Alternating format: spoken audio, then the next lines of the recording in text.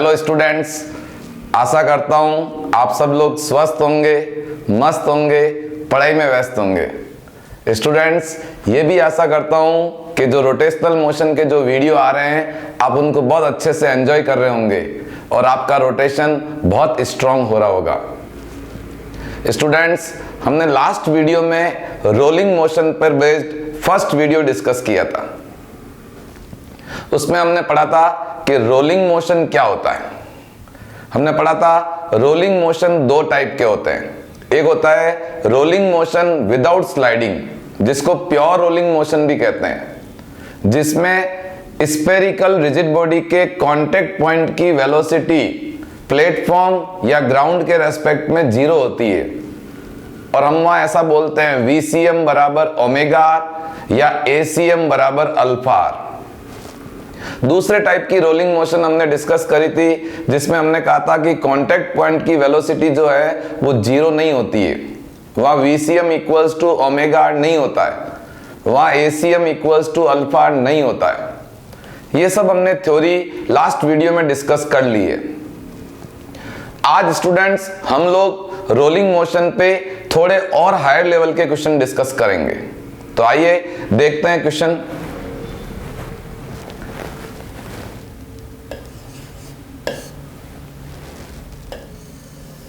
मान लीजिए ये स्फेरिकल रिजिड बॉडी है जिसका k²/r² आपको पता है। सपोज रिंग है तो 1, डिस्क है तो 1/2, सॉलिड स्फीयर है तो 2/5, आपको सब पता है। और इसके सेंटर ऑफ मास की वेलोसिटी v0 है। ये ओनली ट्रांसलेटरी मोशन कर रहा है t बराबर 0 पर।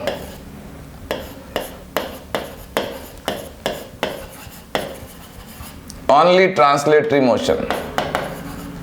फ्रिक्शन सफिशिएंट है, यहां पे फ्रिक्शन है। अभी ओमेगा 0 है, ओनली v0 है। अब जब इसका मोशन होगा, ट्रांसलेटरी मोशन होगा, तो इसका ईच एंड एवरी पॉइंट आगे चलेगा v0 से, तो फ्रिक्शन इसके मोशन का अपोज करेगा। अब इस फ्रिक्शन की वजह से सेंटर ऑफ मास के अबाउट एक टॉर्क डेवलप होगा, जिसकी वजह से इसके पास ओमेगा आ जाएगा। जो ओमेगा पहले 0 था वो फ्रिक्शन की वजह से ओमेगा आ जाएगा इसके पास।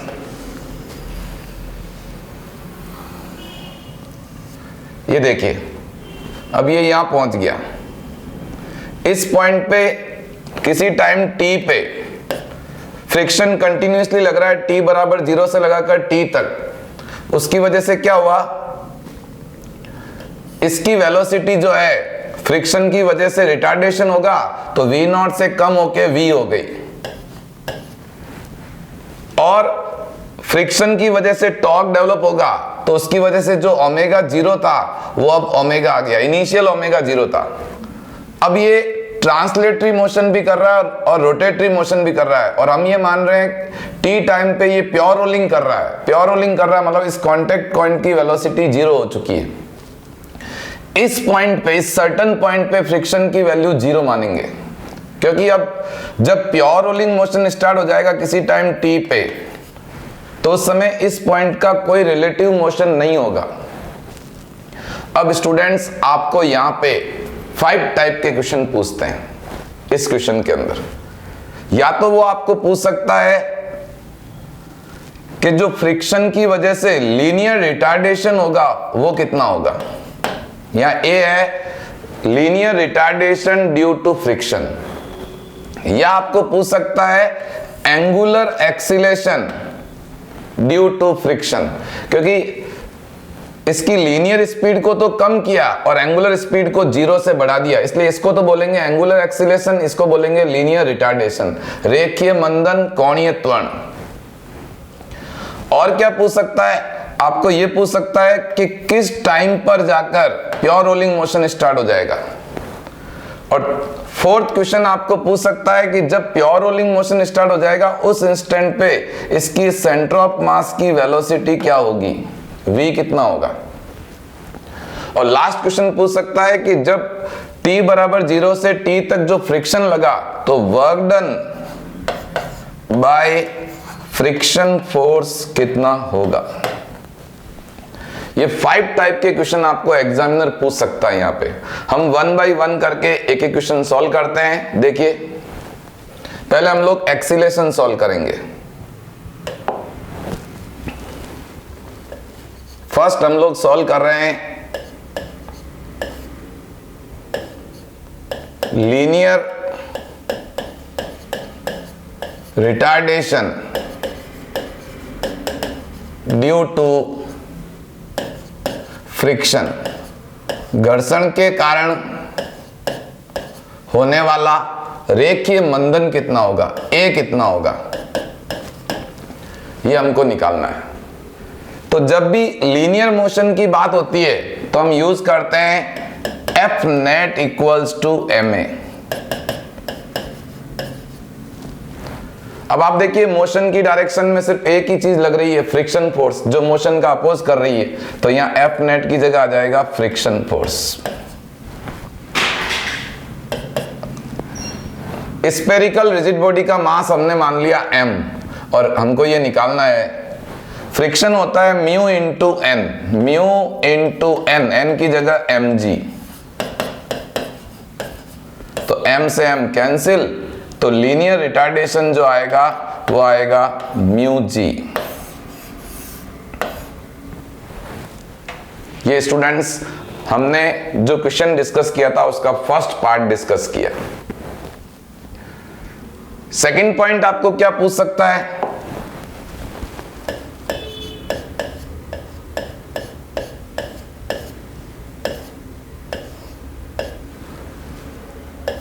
Angular acceleration due to friction.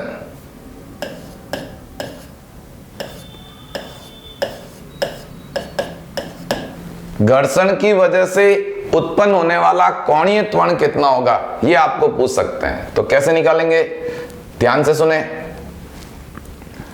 हम लोग जानते हैं जब भी रोटेशनल मोशन होता है तो tau net equals to I alpha, right. अब टॉ नेट कौन कौन से फोर्स लग रहे हैं ये हमको देखना है, कौन कौन से फोर्स लग रहे हैं। तो देखिए एक तो लग रहा है mg, पर mg की लाइन ऑफ अपनी ये जो टॉ नेट देख रहे हैं ये सेंटर ऑफ मास के अबाउट देख रहे हैं। तो mg की वजह से टॉर्क तो हो गया 0, फ्रिक्शन की वजह से हो गया Fr तो हो गया friction force into R। I को हमने लिख दिया mk स्क्वायर और अल्फा हमको निकालना है। इसको हमने लिख दिया फ्रिक्शन को mu mg into R equals to mk square into alpha. m से m कैंसिल, राइट। तो अल्फा क्या आ गया आपका, अल्फा आ गया म्यू जी आर अपॉन के स्क्वायर।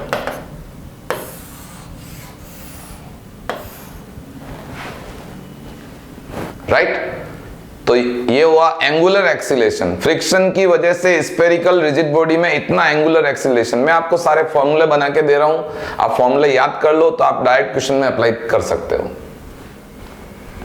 नेक्स्ट तीसरा क्वेश्चन आपको पूछेंगे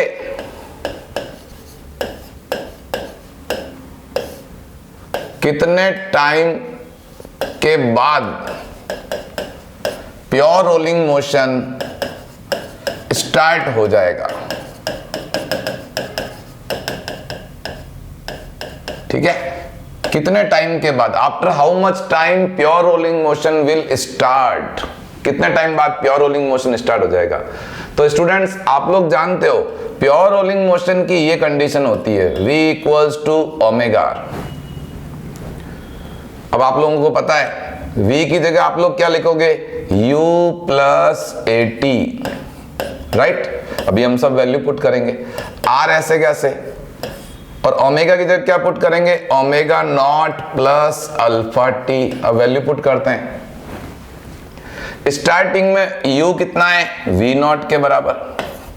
रिटार्डेशन कितना है, mu g into t equals to R as it is. Rotational speed starting में हमने 0 मानी, फ्रिक्शन की वजह से कुछ न कुछ आ गई। अल्फा की वैल्यू हमने अभी निकाली, म्यू जी आर अपॉन के स्क्वायर इंटू टी। अब आप इसको सॉल्व करके और यहां से आप लोग किसकी वैल्यू निकाल सकते हो, टी की। तो थोड़ा सिंपल करते हैं इसको, वी नॉट ऐसे कैसे, राइट, और इसको हम लोग उधर ले जाते हैं तो ये क्या आ जाएगा, इसको उधर ले जाओ तो क्या आएगा, म्यू जी टी। इसको उधर ले गए, इसको अंदर मल्टीप्लाई कर दो तो ये आ जाएगा म्यू जी टी, और आर को मल्टीप्लाई कर दो और इसके नीचे भेज दो तो ये बन गया k square by R square, right. और इसको तुम लोग सॉल्व करोगे तो यहां से टी नॉट जो आएगा वो आएगा v naught upon mu g 1 plus R square upon के स्क्वायर। और इससे बेटर फॉर्मूला ये है, आप चाहो तो ये याद रख सकते हो, v naught upon mu g 1 plus 1 upon के स्क्वायर अपॉन आर स्क्वायर। अब क्वेश्चन में आपको वी नॉट पता है, म्यू जी क्वेश्चन में दे रखा होगा, के स्क्वायर अपॉन आर स्क्वायर आपको दे रखा होगा, वैल्यू पुट करना, आपका आंसर आ जाएगा। कितने टाइम बाद प्योर रोलिंग मोशन स्टार्ट हो जाएगा, तो वो टाइम आ गया। अब चाहो तो आप ये फॉर्मूला भी याद रख सकते हो और ये भी याद रख सकते हो। तो इस तरीके से हमने 3 क्वेश्चन डिस्कस किए। अब हम 4th क्वेश्चन डिस्कस कर रहे हैं, जब प्योर रोलिंग मोशन स्टार्ट होगा उस समय स्फेरिकल रिजिड बॉडी की वेलोसिटी क्या होगी। जब प्योर रोलिंग मोशन स्टार्ट होगा उस टाइम पर v कितना होगा, ये आपको पूछते हैं। तो ध्यान से सुनो, v होता है u प्लस at। v निकालना है। इनिशियल वेलोसिटी t बराबर 0 पर आपको मैंने v नॉट दी थी, माइनस एक्सीलरेशन कितना, म्यू जी, और टाइम कितना, टाइम का फॉर्मूला हमने अभी डिराइव किया, v not upon mu g 1 plus 1 upon के square upon R square. Mu g cancel, इसको आप लोग सॉल्व करोगे तो v नॉट कॉमन आ जाएगा, एलसीएम लेके सॉल्व करोगे तो फॉर्मूला आ जाएगा v not 1 plus k square upon R square. ये था 4th पॉइंट। 5th पॉइंट पूछते हैं,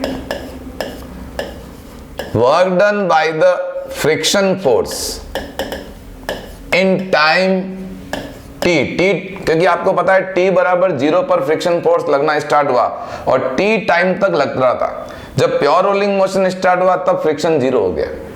तब तक फ्रिक्शन ने कितना वर्क किया ये हमको कैलकुलेट करना है।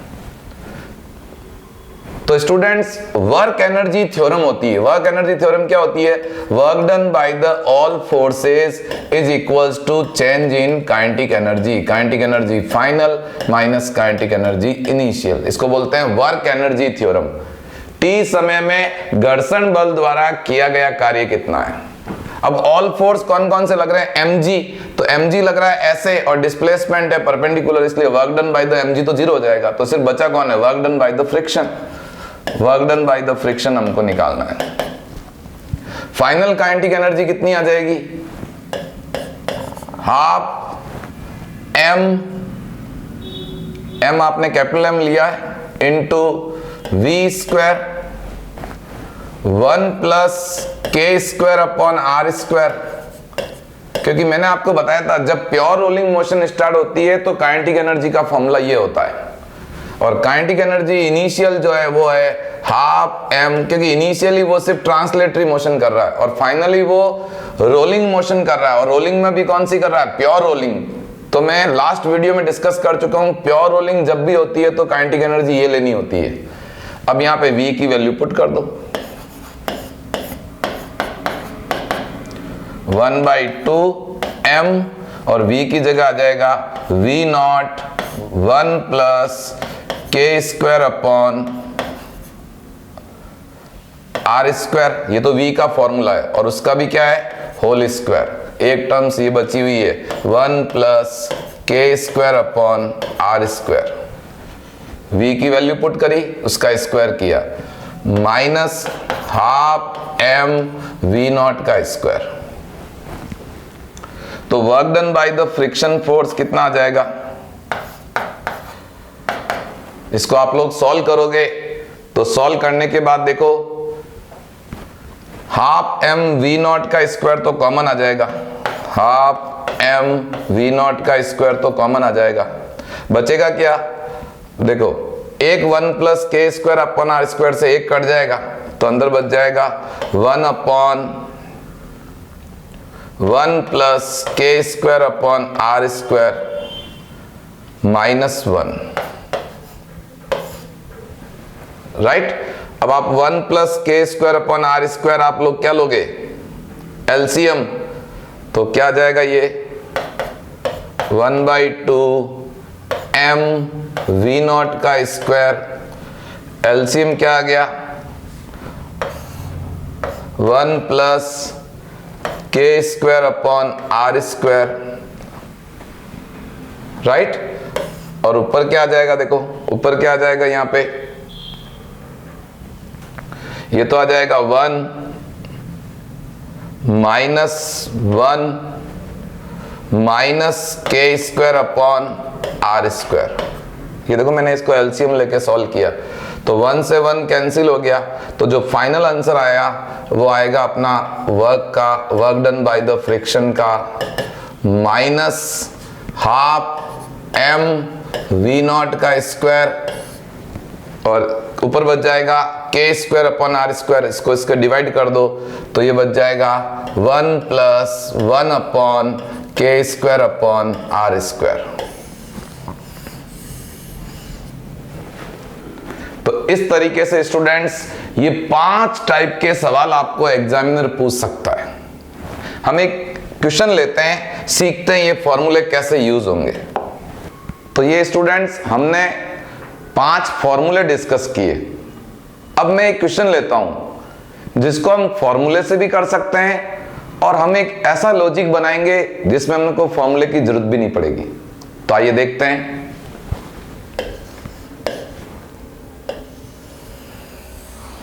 ये सॉलिड स्फीयर है, t बराबर 0 पर इसके सेंटर ऑफ मास की वेलोसिटी v नॉट है, और ये सॉलिड स्फीयर घूम नहीं रहा है, सिर्फ ट्रांसलेटरी मोशन कर रहा है, बट फ्रिक्शन सफिशिएंट था, फ्रिक्शन की वजह से टॉर्क लगा और ये घूमने भी लग गया, और किसी टाइम t पे ये सॉलिड स्फीयर घूमने भी लग गया और सेंटर ऑफ मास की वेलोसिटी पहले से कम है, पर इस तरीके से सेटिस्फाइड हुई वैल्यू कि ये प्योर रोलिंग मोशन करने लग गया।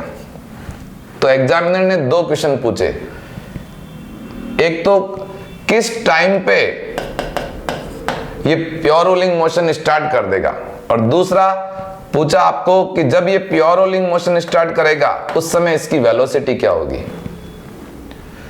तो स्टूडेंट्स ये जो 2 क्वेश्चन है ये अपन फॉर्मूले से भी कर सकते हैं। आपको फॉर्मूला याद है, फॉर्मूला लगा दो सीधा, v not 1 plus k square upon R square 2/5, तो ये हो गया 7/5, उल्टा हो जाएगा तो ये आ जाएगा 5/7 v नॉट। टाइम निकालना है तो टाइम का फॉर्मूला आया था v not upon mu g 1 plus 1 upon के स्क्वायर अपॉन आर स्क्वायर 2/5, तो ये आ जाएगा 5/2। तो आप इसको सॉल्व करोगे तो ये आ जाएगा 2/7 V0 अपॉन म्यू जी। एक बार कैलकुलेशन चेक कर लेते हैं। ये 5 जाएगा ऊपर, तो ये 5/2 प्लस 1 7/2, तो 2 चला जाएगा ऊपर, तो 2/7 V0 अपॉन म्यू जी। स्टूडेंट्स, मैं इस क्वेश्चन को बिना फॉर्मूले से भी कर सकता हूं, क्योंकि एग्जाम में फॉर्मूले थोड़ी याद आएंगे। कैसे? देखिए, ये जो कांटेक्ट पॉइंट है यहां से लगा के और यहां तक, आप देखिए नेट टॉर्क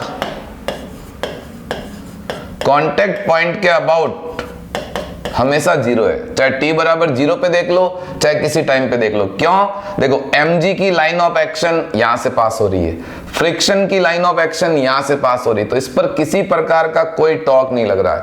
और जब टॉर्क नहीं लग रहा है तो apply COAM। Students, pure rolling motion में आप COAM ढंग से लगाना सीख जाओ, ये प्योर रोलिंग मोशन का सबसे बड़ा ब्रह्मास्त्र है। लगाइए COAM, total angular momentum t बराबर 0 पे और टोटल एंगुलर मोमेंटम किसी टाइम t पे। लगाइए, एंगुलर मोमेंटम कितना आएगा? mv0 r, ये इसका हो गया, ये घूम नहीं रहा इसलिए 0। इसका कितना हो जाएगा? mv r, और ये घूम भी रहा है सेंटर ऑफ मास के अबाउट, तो ICM इंटू ओमेगा। राइट? अब हम लोग जानते हैं जब प्योर रोलिंग मोशन होता है, जब प्योर रोलिंग मोशन होता है तो VCM इक्वल्स टू होता है ओमेगा r। तो हम लोग वैल्यू पुट करते हैं, mv0 r equals to v हमको निकालना है, इसलिए v को मैं नहीं छेड़ रहा हूं। ICM की जगह मैंने लिख दिया 2/5 mr स्क्वायर, और ओमेगा की जगह रख दिया मैंने VCM बाई r, और VCM कितना है इस पॉइंट पे, क्योंकि अपन इस पॉइंट की बात कर रहे हैं, तो v बाई r। काटाकुटी कीजिए, m कैंसिल, r कैंसिल, एक r से ये भी r कैंसिल, तो आप देखिए इधर बचा V0 और इधर बचा 2/5v और v, तो ये हो गया 7/5v, और इसको तुम सॉल्व करोगे तो v इक्वल्स टू आ जाएगा 5v0 अपॉन 7। आप खुद देखिए स्टूडेंट्स, ये मैंने फॉर्मूले से आंसर निकाला और ये मैंने COAM से निकाला, और दोनों से आंसर सेम आया। पर फॉर्मूले से लिए आपको फॉर्मूले याद रखना पड़ेगा या फॉर्मूला आपको डिराइव करना पड़ेगा। पर कॉम में सिर्फ आपको एक ही चीज ध्यान रखनी है कि प्योर रोलिंग मोशन की ये कंडीशन है जो अपन कई बार डिस्कस कर चुके हैं। आइए स्टूडेंट्स, अब इसी तरह आपको चाहिए तो t निकालना है, तो t भी आप लोग आराम से निकाल सकते हो। t कैसे निकालोगे? v equals to u plus at। v कितना है? ये रहा 5v0/7। u कितना है? v0 माइनस, क्योंकि फ्रिक्शन की वजह से रिटार्डेशन हो रहा है, एक ही जगह म्यू जी, और यहां से t निकाल दो, ये t वापस ही आ जाएगा। तो रखो यहाँ पे v की जगह 5v0/7, ये आ गया आपका v0 minus mu g into T. यहां से t सॉल्व करो तो v0 में से 5v0/7 गया, तो पीछे बचा 2/7 v0 और म्यू जी इसके नीचे आ जाएगा। ये देखो, इसको सॉल्व करो, इससे ये आ जाएगा वापस।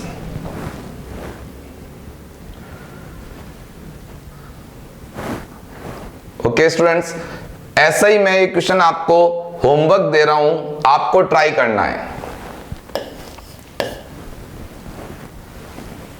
ये एक सॉलिड स्फीयर है, राइट। इसके सेंटर ऑफ मास की वेलोसिटी v0 है और t बराबर 0 पर ये सॉलिड स्फीयर घूम भी रहा है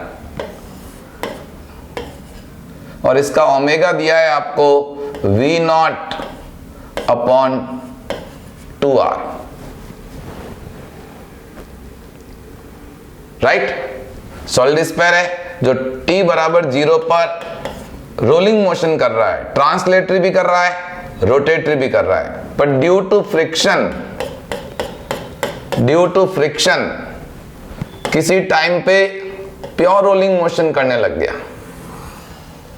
किसी टाइम पे प्योर रोलिंग मोशन करने लग गया सॉलिड स्फीयर, किसी टाइम टी पे क्या करने लग गया, pure rolling motion. Pure rolling motion मतलब ट्रांसलेटरी मोशन भी कर रहा है और घूम भी रहा है। पहले ओमेगा नॉट आपको दिया हुआ था v0 अपॉन 2r, अब ओमेगा दिया हुआ है।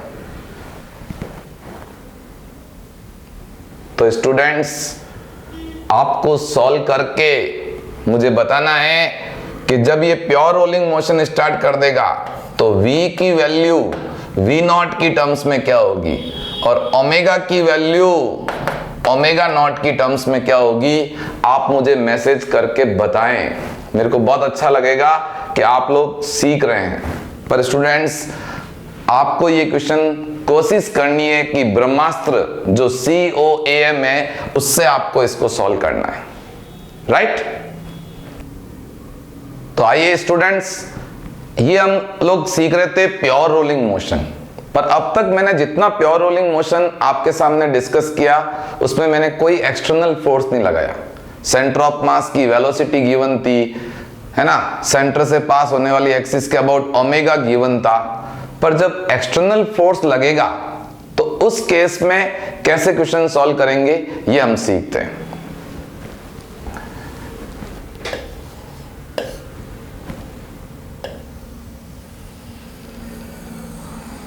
अब स्टूडेंट्स, मैं 3 क्वेश्चन आपके सामने डिस्कस कर रहा हूं 1 बाय 1 करके।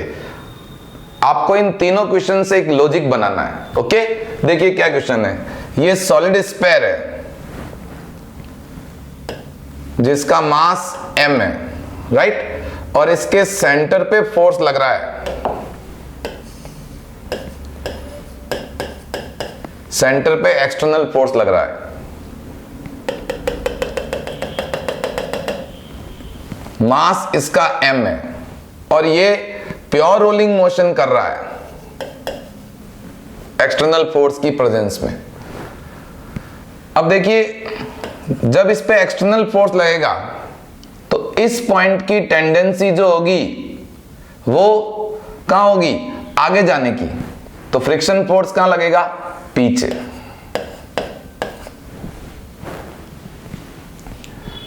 अब स्टूडेंट्स, यहां पे आपको 3 क्वेश्चन पूछते हैं। पहला पूछते हैं, जब सेंटर पे एक्सटर्नल फोर्स लग रहा है तो फ्रिक्शन फोर्स की डायरेक्शन कहां होगी, तो वो आपने पता लगा ली कि कहां पर होगी, बैकवर्ड डायरेक्शन में होगी, राइट। दूसरा क्वेश्चन आपको पूछते हैं, सेंटर ऑफ मास का एक्सीलरेशन कितना होगा और फ्रिक्शन फोर्स की वैल्यू एक्सटर्नल फोर्स F की टर्म्स में क्या होगी। ये 2 क्वेश्चन आपको पूछते हैं। तो स्टूडेंट्स देखिए, पहली इक्वेशन हम लोग बनाते हैं ट्रांसलेटरी मोशन के हिसाब से, क्योंकि ये प्योर रोलिंग कर रहा है, इसका मतलब ये ट्रांसलेटरी मोशन भी करेगा और घूमेगा भी, और कांटेक्ट पॉइंट की जो मोशन है वो 0 होगा। तो देखिए कैसे करेंगे, net force equals to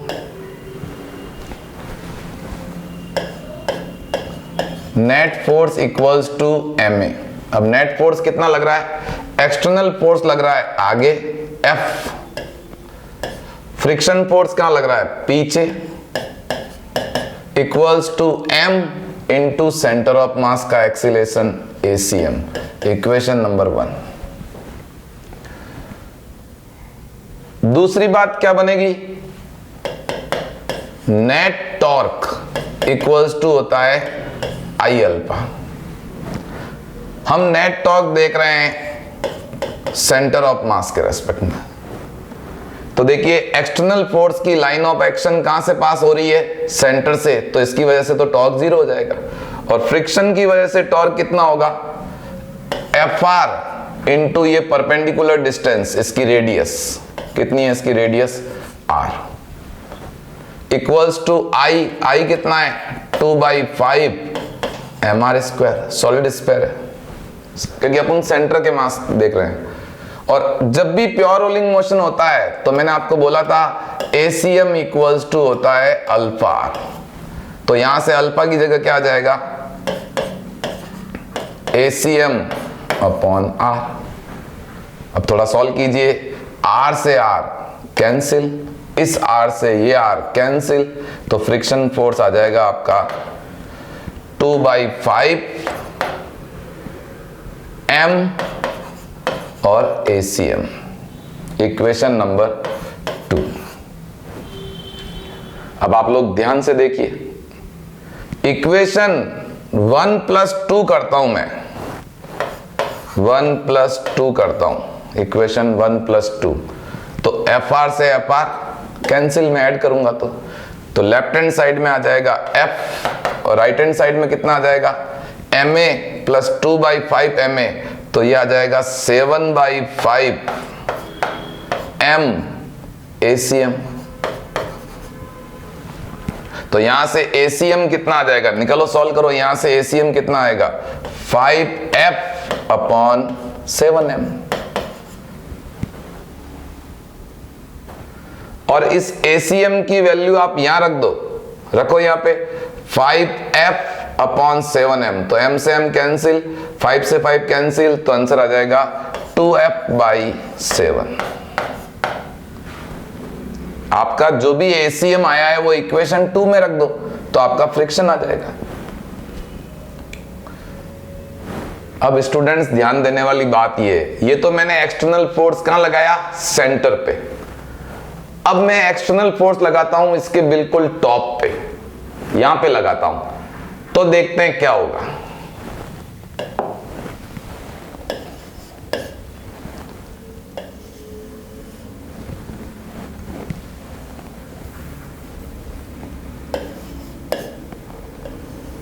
again ये सॉलिड स्फीयर है, मास इसका m है, रेडियस r है और ये प्योर रोलिंग मोशन कर रहा है। पहले आपने एक्सटर्नल फोर्स लगाया था कहां पे लगाया था? एक्सटर्नल फोर्स सेंटर पे। अब आपने एक्सटर्नल फोर्स लगाया यहां पर।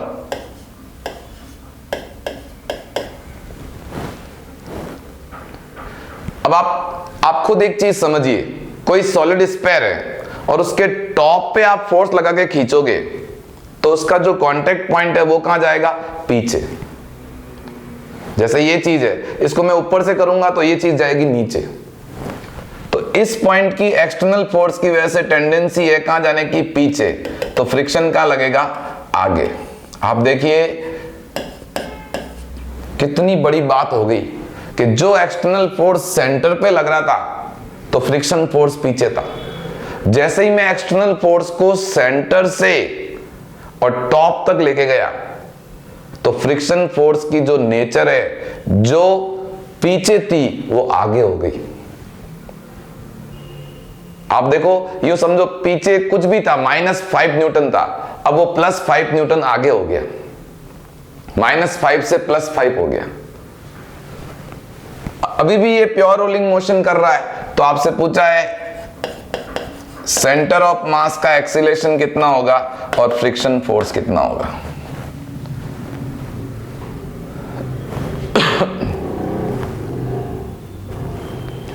तो स्टूडेंट्स ध्यान से देखिए कैसे करेंगे इसको।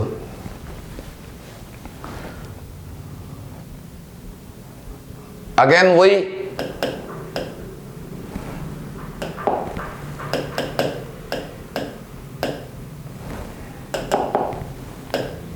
Net force equals to MA।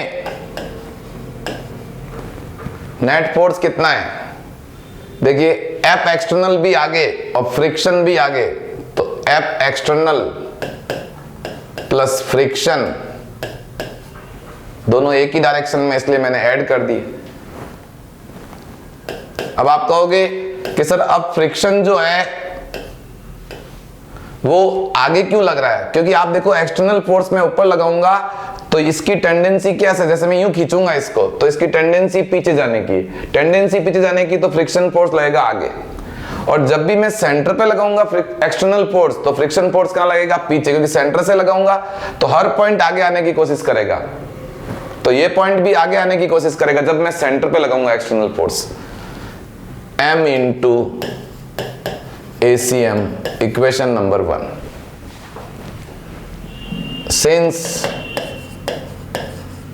Toe net equals to I alpha, और कुछ नहीं कहा तो tau net upon centre of mass, क्योंकि अपने को सारे पैरामीटर सेंटर ऑफ मास के रेस्पेक्ट में निकालने हैं। अब देखिए ये वाला इसको कैसे घुमा रहा है, कैसे घुमा रहा है? क्लॉकवाइज ऐसे, और ये वाला इसको कैसे घुमा रहा है? Anti clockwise. तो दोनों के टॉर्क को मुझे माइनस करना पड़ेगा, F external into R minus friction force into R, I की जगह 2/5 mr square. Again pure rolling हो रही है तो अल्फा की जगह लिख दो ACM by R।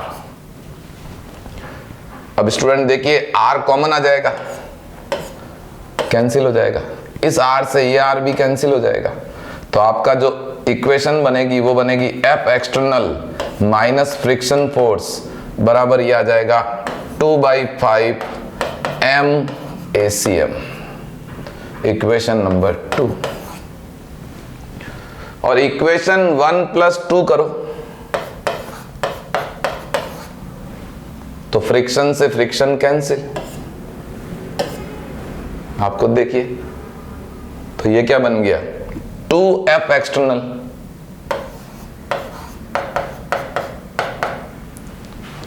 Equals to ये आ जाएगा 7/m ACM और 2/5 ACM, तो ये आ जाएगा 7/5 m ACM।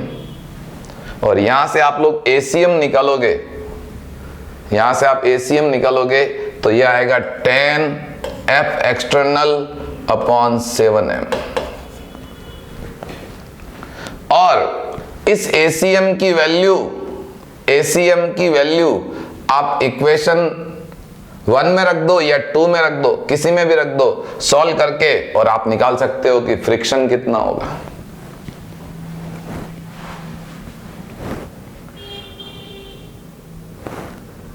अब स्टूडेंट्स सबसे अच्छी बात करने जा रहा हूं मैं। जब एक्सटर्नल फोर्स सेंटर पे था सॉलिड स्फीयर के तो फ्रिक्शन फोर्स लग रहा था पीछे, मैं एक्सटर्नल फोर्स को ऊपर ले गया तो फ्रिक्शन फोर्स आ गया आगे। इसका मतलब क्या हुआ?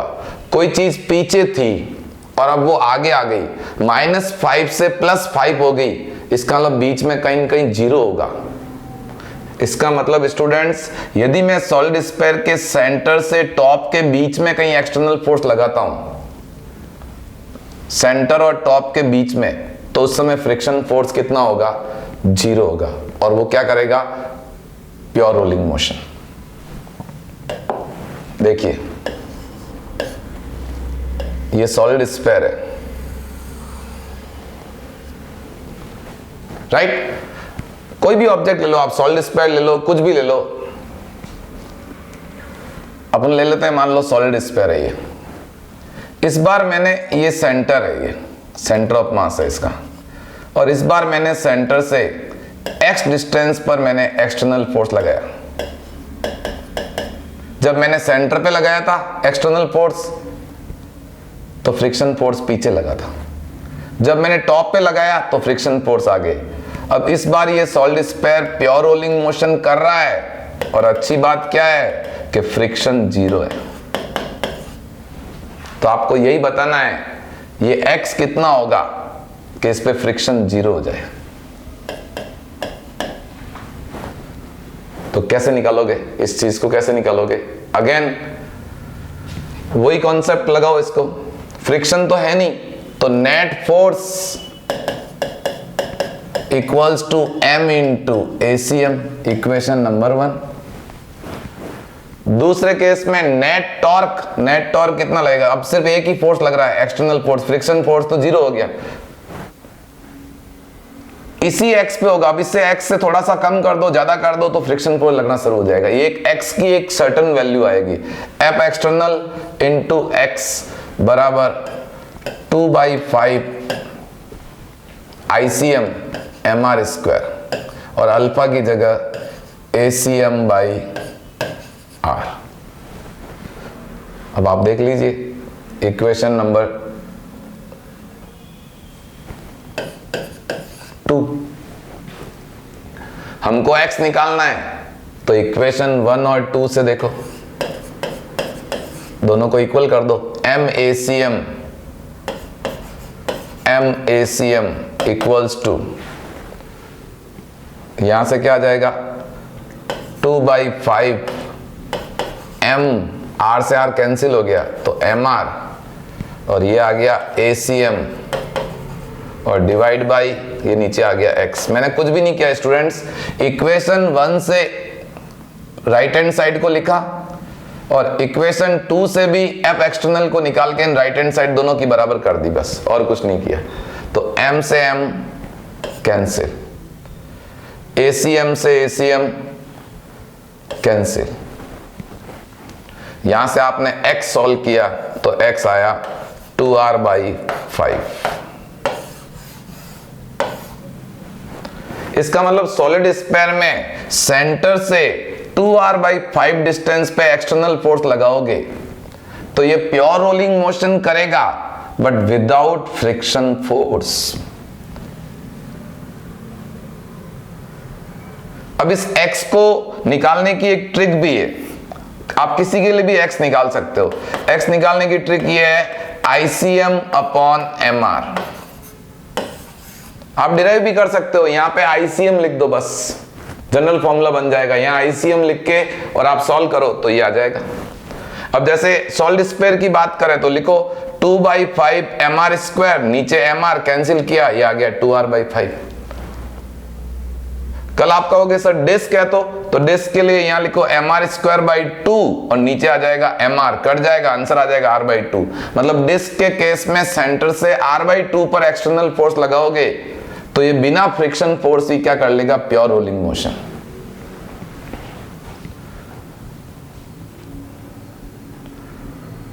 स्टूडेंट्स आशा करता हूं कि आप लोगों को अब तक का मैंने जो रोलिंग मोशन डिस्कस किया है वो समझ में आ गया होगा।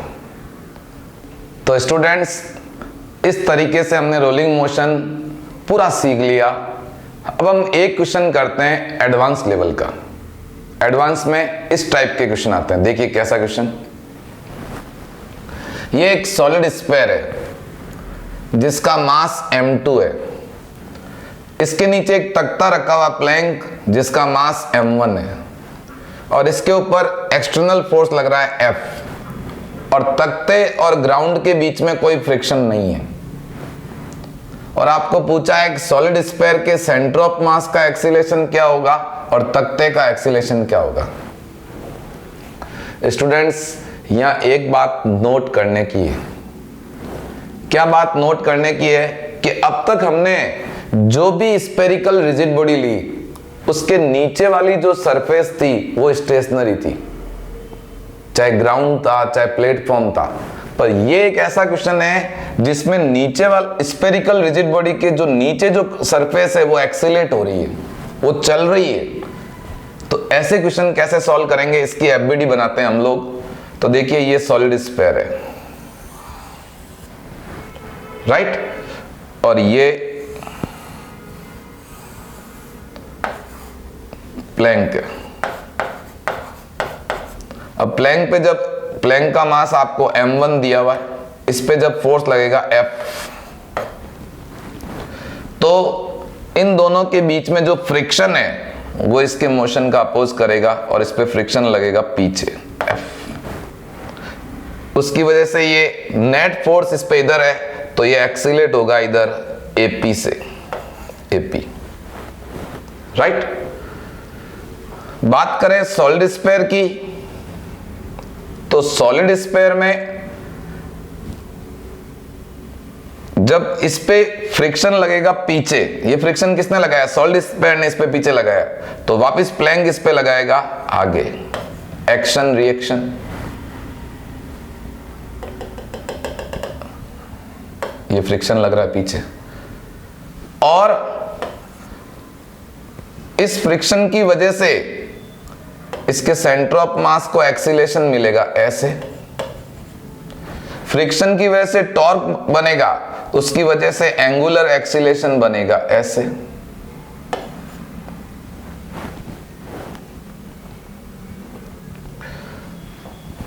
नॉर्मल रिएक्शन लगेगी इसके ऊपर ऐसे, सॉलिड स्फीयर के ऊपर। ये देखिए स्टूडेंट्स, इतने फोर्स इसके ऊपर लग रहे हैं। ये एक्सीलरेशन डेवलप हुआ फ्रिक्शन फोर्स की वजह से, क्योंकि ये जो इसके ऊपर फ्रिक्शन फोर्स लग रहा है ये एक्सटर्नल फोर्स का काम करेगा इसके लिए, सॉलिड स्फीयर के लिए। तो पहली बात तो प्योर रोलिंग मोशन की मैंने क्या सिखाई थी? प्योर रोलिंग मोशन, इन pure rolling motion contact point का जो एक्सीलरेशन है वो इसके रेस्पेक्ट में, प्लैंक के रेस्पेक्ट में कितना होगा? 0। तो पहले अपन इसका एक्सीलरेशन निकालते हैं। देखो इसका एक्सीलरेशन कितना है?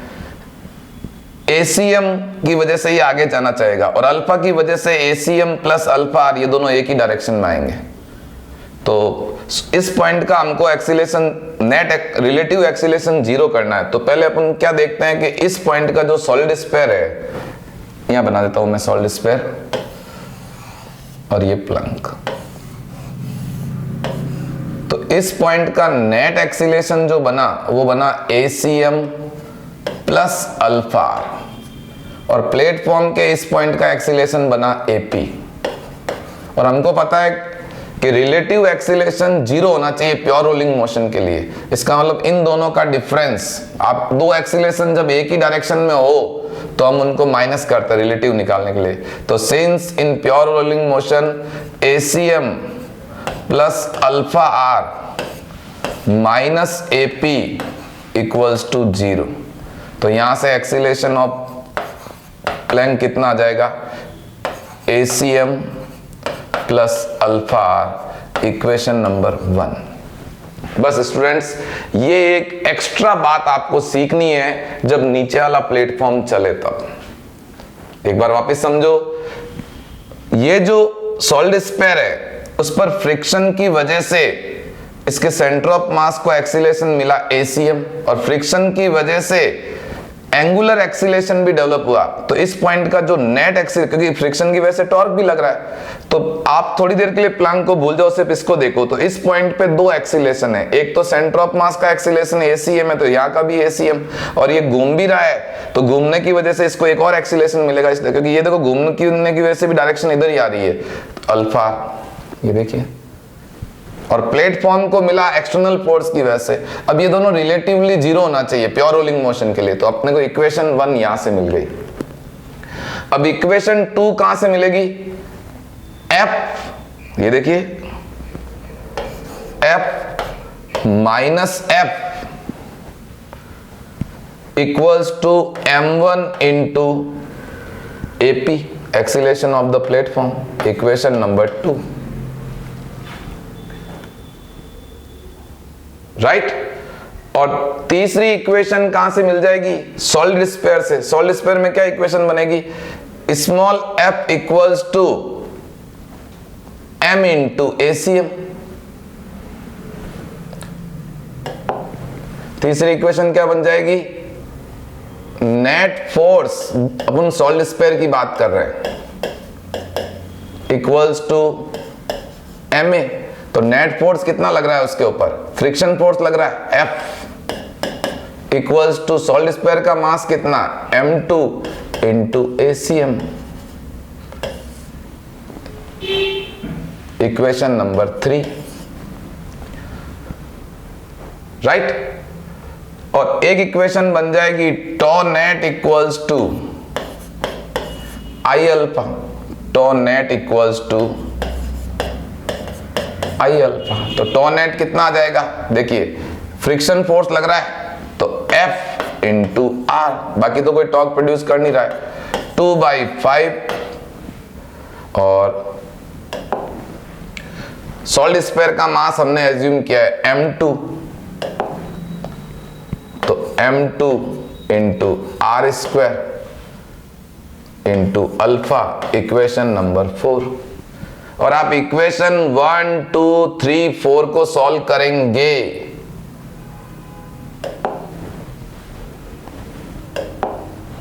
तो आपका सॉलिड स्फीयर का एक्सीलेशन और प्लैंक का एक्सीलेशन आ जाएगा।